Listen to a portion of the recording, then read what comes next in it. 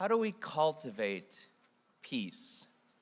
How do we bring about peace in our world, in our families, in our church? St. Paul tells us what brings about the opposite of peace, what brings about division and envy. And so I want you to think about right now in your life, is there some area of your life that you don't experience peace in? Is there any area where you don't experience peace? And hopefully going through the reading, we will come to know how we can experience peace in the midst of it. So St. Paul says, where jealousy and selfish ambition exist, there is disorder and every kind of foul practice. But the wisdom of God is first of all pure, peaceable, gentle, compliant, full of mercy and good fruits. And the fruit of righteousness is sown in peace to those who cultivate peace. We have a lot of unpeace, a lot of division in our world. We have two major wars going on with Russia and with the Holy Land as well. And how do we cultivate peace? Like, probably of our own accord, I can't go over there and stop those wars. And I don't know that each and every one of us could probably do that on our own either. But the Holy Spirit promises us that if we cultivate peace in our own hearts, then that peace is going to radiate. That peace will transcend to our families. That peace will transcend to our parish. That peace will transcend to the church and the entire world. We also live in a country right now that's very divided, and there's not a lot of peace amongst us.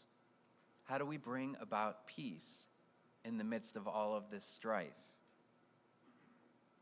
Well, Mother Teresa had a simple path, and it's 5 short phrases of how to experience peace.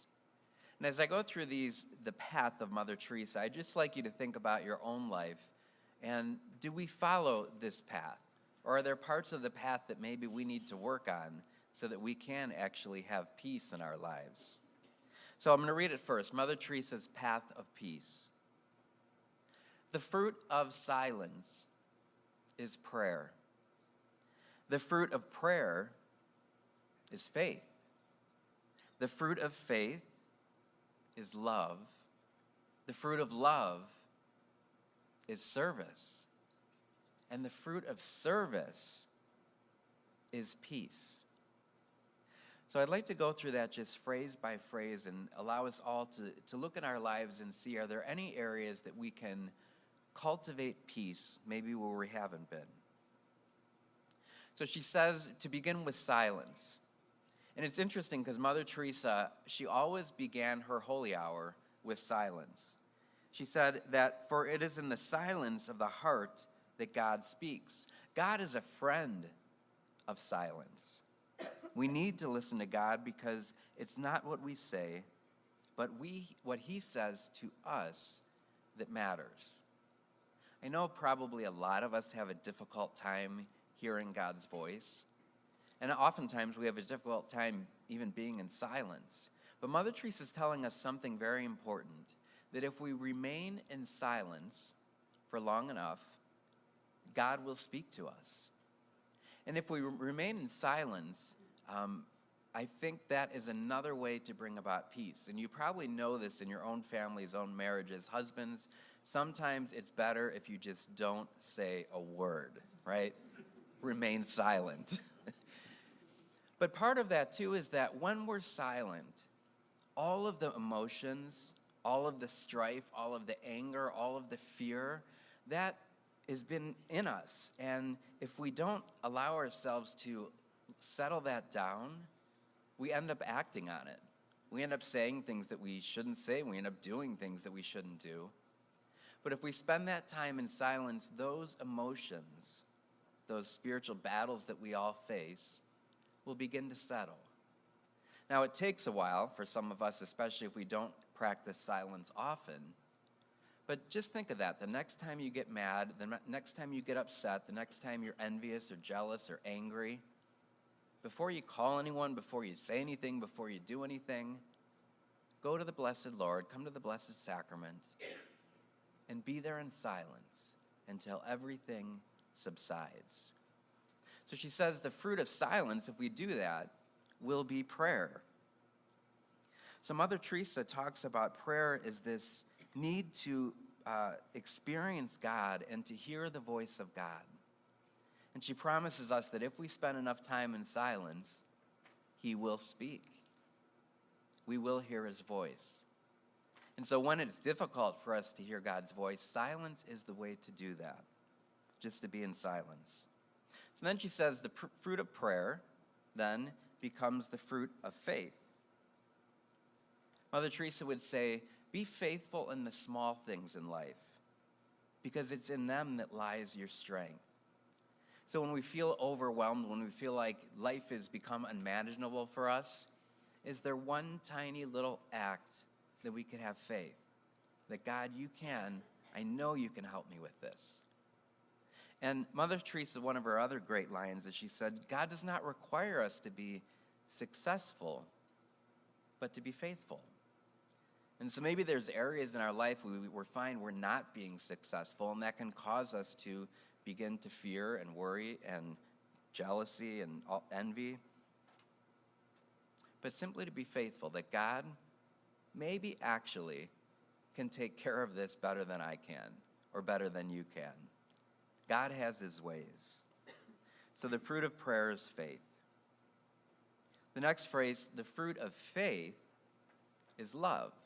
So if we've gone through this journey of this, the next fruit will be love. Now she says in the West, particularly America, that we don't have the diseases that they may have around the rest of the world, where the poor are suffering with tuberculosis and leprosy.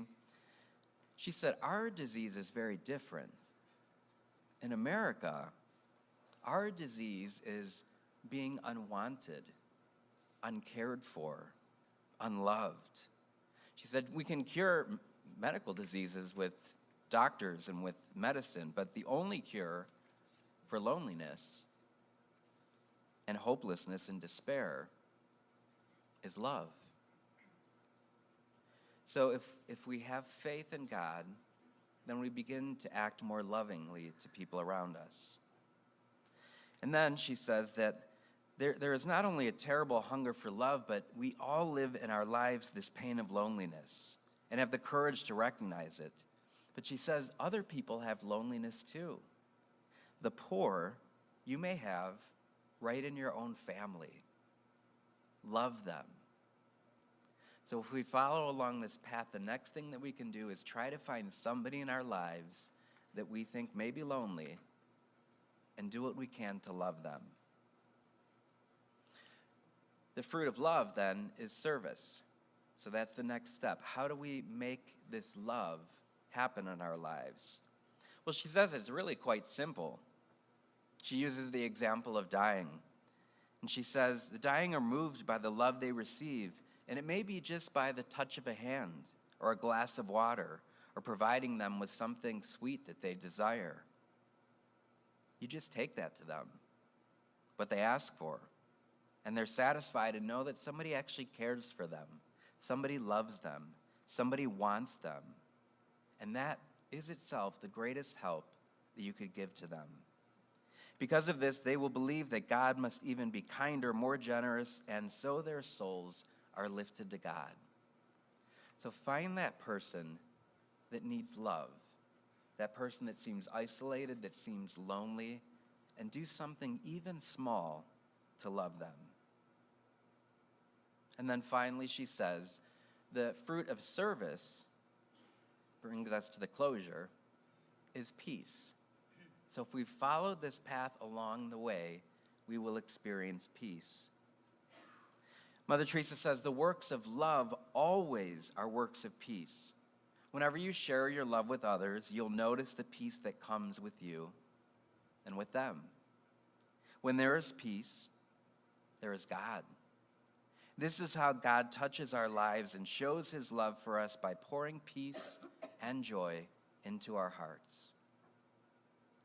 So I want you to go back to that situation in your mind right now. Where is that place of your life that there is discord, where there's anger, where there's upset, where there's fear? Where is that place where you're not experiencing peace? And can we experience that peace by following Mother Teresa's path? The fruit of silence is prayer. The fruit of prayer is faith. The fruit of faith is love. The fruit of love is service. And the fruit of service is peace.